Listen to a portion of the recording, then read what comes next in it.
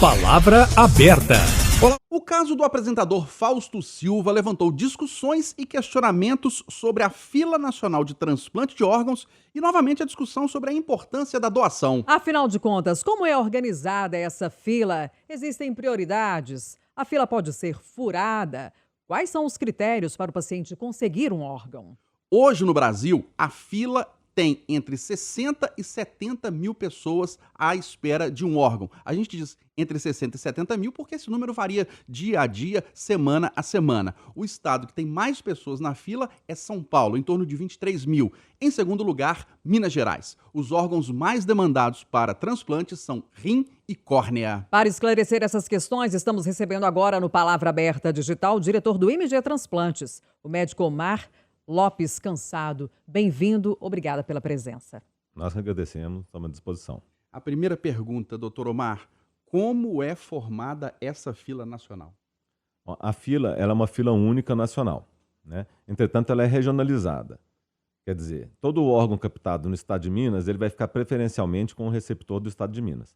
Ele vai sair do estado caso não haja um receptor para aquele órgão aqui. Então a gente distribui para Brasília e Brasília distribui para o resto do país. Mas ela é uma fila única, todos os dados são inseridos no sistema do Ministério da Saúde. É possível que uma pessoa que está aqui em Minas Gerais, então, receba um órgão de um estado da região norte, da região nordeste, é isso? É possível desde que haja uma logística que permita que esse órgão seja transportado de lá para cá. Porque para cada órgão, nós temos um tempo que o órgão se mantém viável entre a doação e o transplante. E é importante destacar, doutor Omar, que é uma fila de pacientes e não uma fila de órgãos à disposição para doação. É uma fila de pacientes, mas ela é por órgão também. Então é aquele paciente que vai precisar de um rim, ou aquele paciente que vai precisar de um fígado, ou de um coração e assim por diante. Em linhas gerais, assim, o que dá para a gente entender sobre esses critérios? Quem é que pode doar, quem é que está na fila, quem é que tem prioridade? Por exemplo, uma pessoa que está precisando de um transplante de coração, ela é a primeira da fila?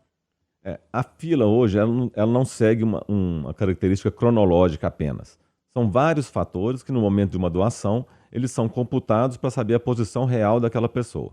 Então isso significa assim, às vezes uma pessoa que está há um ano na fila não vai receber um transplante hoje e uma pessoa que está há um mês recebe aquele transplante, porque aquele órgão ele é mais compatível com aquele receptor. Isso é para tornar a vida do órgão e a vida da pessoa mais longeva e com isso a gente diminui a necessidade de um retransplante. Só interrompendo o senhor, desculpa, quando você está falando assim de órgão compatível, o que é levado em consideração, por exemplo? A estrutura da pessoa, o peso, o tamanho também do órgão, só para a gente ter uma ideia. Exatamente, é levado tudo isso em consideração. A idade, por exemplo, no país, doadores menores de 18 anos vão preferencialmente para receptores menores de 18 anos. Além disso, o tamanho do doador com o tamanho do receptor, quanto mais parecido imunologicamente o doador do receptor, o tempo de espera, são vários fatores que em conjunto vão determinar a posição daquele paciente. E é importante outro dado que o senhor destacou, que é uma fila de pacientes, mas uma fila também de órgão que ele precisa, porque às vezes a pessoa está na fila do pâncreas, por exemplo, há muito tempo e fala assim, mas aquele paciente que está na fila do rim recebeu, mas é por isso que o senhor falou, há uma fila de pacientes e de órgãos também. Exatamente, porque assim, não é todo doador que vai doar todo o órgão, né? Tem doador que vai doar só rim, ou vai doar rim e fígado e não vai doar o pâncreas. Então, dependendo do órgão, a fila pode andar mais rápido ou menos rápido, dependendo do número de doação ou dependendo da idade do doador. Então, isso é uma série de fatores que influencia essa distribuição. Quem que pode doar órgãos? Todo mundo pode ser um doador de órgãos, desde que ele esteja em boa saúde e não tenha nenhuma doença que possa ser transmitida entre o doador e o receptor. Mas hoje tem um perfil mais comum, ou isso está dividido em grupos? Qual que é a avaliação? Isso não é dividido em grupo. O único grupo que tem divisão é esse ou paciente. Ou em tipos de doador, por exemplo? Nós temos 3 tipos de doadores, né? O doador de coração parado, que é aquele que vai doar só tecidos, né? No caso, por exemplo, córnea, pele, tendões. Ou doador vivo, que vai doar parte de um órgão em vida, um rim, um pedaço do fígado, um pulmão, para um outro parente dele, até o 4º grau, que vai até primos. Ou o doador em morte encefálica, que é aquele que pode doar todos os órgãos e tecidos, desde que ele tenha condições, que os órgãos estejam em boas condições. Doutor, com esse caso do Fausto Silva, e ele, depois que foi dado o diagnóstico e foi noticiado, poucos dias depois ele conseguiu o coração e operou. Fez o transplante. Aí, em muitos lugares no Brasil, furou a fila, furou a fila. A fila nacional pode ser furada? Existe possibilidade de fraude, de crime ali? Não. A fila de transplante no país ela é uma fila muito segura, né? O Sistema Nacional de Transplante ele é um sistema, inclusive, que ele serve de modelo para outros países. É o maior sistema público de transplante do mundo.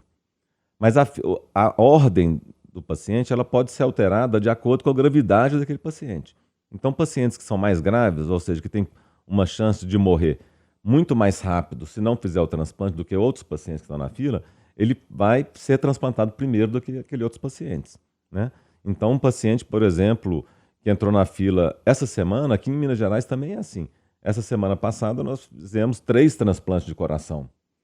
E todos os 3 foram pacientes que estavam em urgência. Então, quem não está na urgência vai esperar a próxima doação. Então, essa fila ela não é rígida. Ela varia de acordo com a gravidade, principalmente, dos doentes. Mas vamos pegar um caso extremo aqui, uma hipótese, tá? Extremo.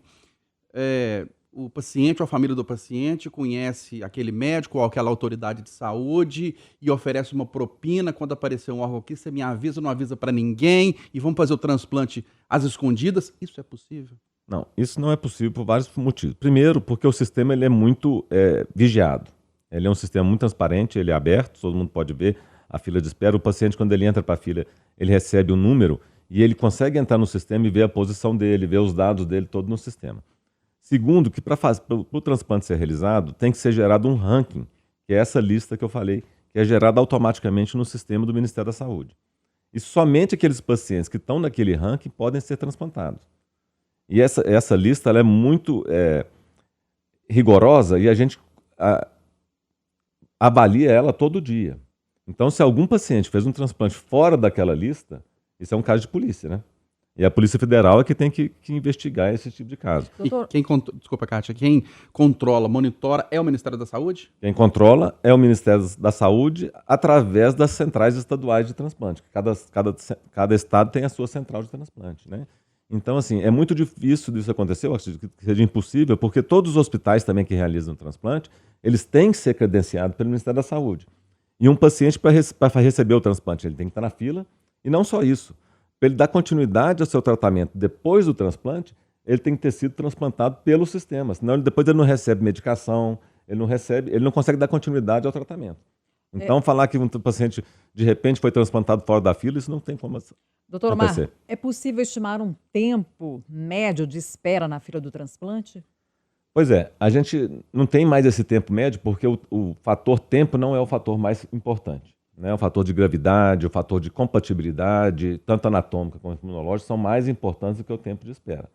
Mas a gente tem, assim, por exemplo, um coração, se o paciente não está em urgência, ele vai demorar cerca de 8 meses para receber. Mas se ele está em urgência, se ele está numa condição tão crítica, ele pode receber ele no dia seguinte que ele entrou na fila. E a fila, ela tem pessoas simples, vulneráveis economicamente, que moram em aglomerados, como pessoas ricas, poderosas, famosas, como Fausto Silva. Ela é democrática, essa fila. Exatamente. A fila ela é exatamente para isso. Por isso que a gente tem uma fila única, né? No país, a gente pode fazer transplante particular, convênio e SUS. Pode fazer os 3. Mas a fila não leva em conta isso. Todos os pacientes que estão na fila eles são tratados igualmente. E eles fazem necessariamente, como eles estão numa fila nacional, os pacientes que estão na fila, eles fazem o transplante pelo Sistema Único de Saúde ou eles podem fazer no hospital particular por conta deles? Eles podem fazer do jeito que eles quiserem. Se eles estiverem em um hospital particular que seja credenciado para fazer aquele transplante, ele pode fazer também. Mas no Brasil, especificamente, a maior parte dos transplantes de órgãos são feitos via SUS. Sim, cerca de 90% ou mais desses transplantes são feitos pelo Sistema Único de Saúde, independente da classe econômica e social daquele paciente. Como é hoje a autorização para doação de órgãos por parte da família ou por parte da própria pessoa? Em vida, a pessoa pode deixar isso escrito?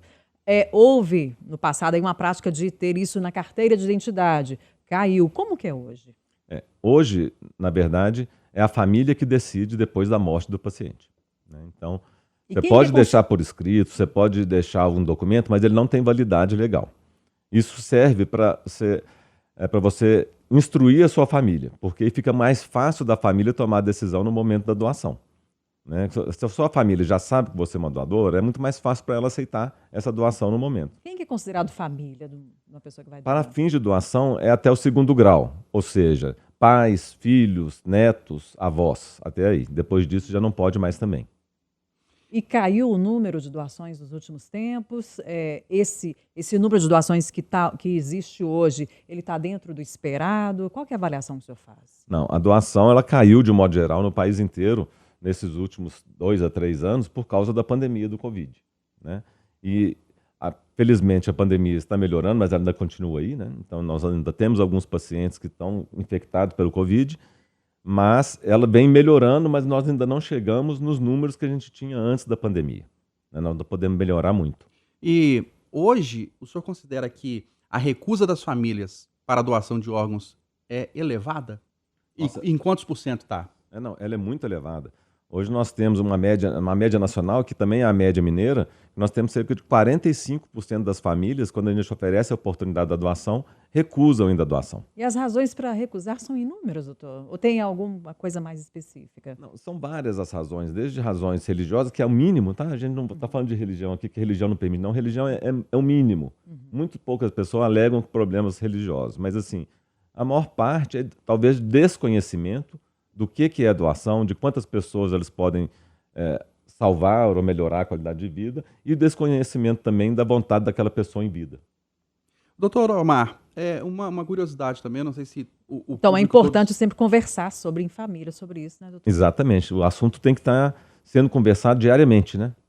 E só uma curiosidade, talvez muita gente não saiba, quando a pessoa recebe um órgão, depois disso, o paciente e a família, eles não podem ficar sabendo de quem veio aquele órgão, de qual família que veio, qual paciente, né? Exatamente, a doação ela é uma doação anônima, né? Então a gente nunca fornece os dados do doador e do receptor. Tem um motivo?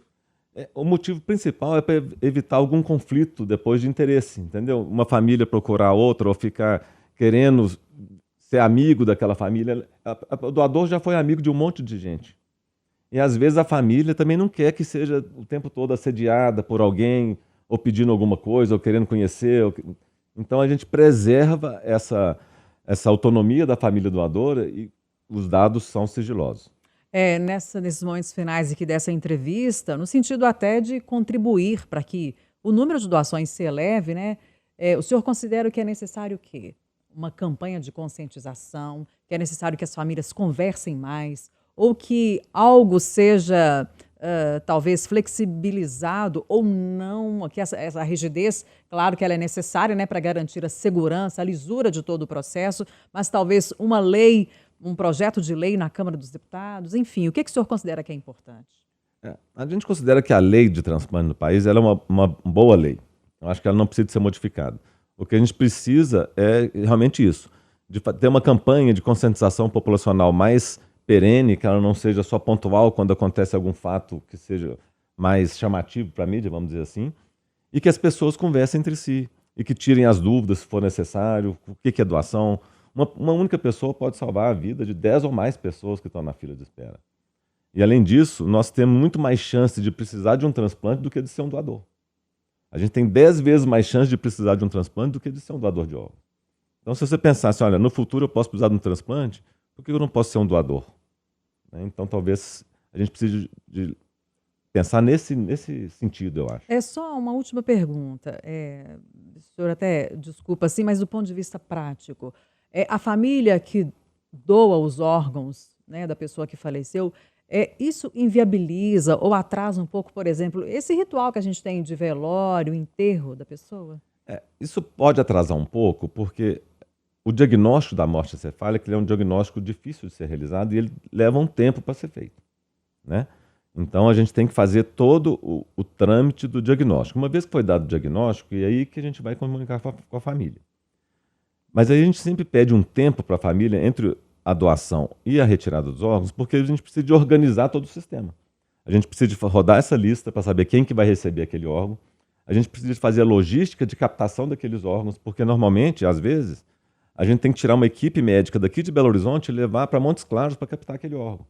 Então a gente tem que ter o transporte dessa equipe para lá e para cá. Então, às vezes, isso pode demorar. Ou às vezes o paciente, o doador, tem alguma infecção que a gente precisa de tratar antes. Então, às vezes, a gente pode retardar essa retirada para daqui a 24 a 48 horas.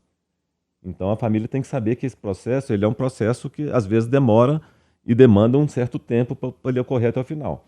Mas é importante dizer também o seguinte, que a doação de órgãos não inviabiliza o velório, por exemplo. Não fica nenhuma marca visível no corpo do doador de que ele foi doador de órgãos. O corpo ele é reconstituído como se fosse uma cirurgia qualquer. Não deixa nenhuma marca visível para ser realizado o velório.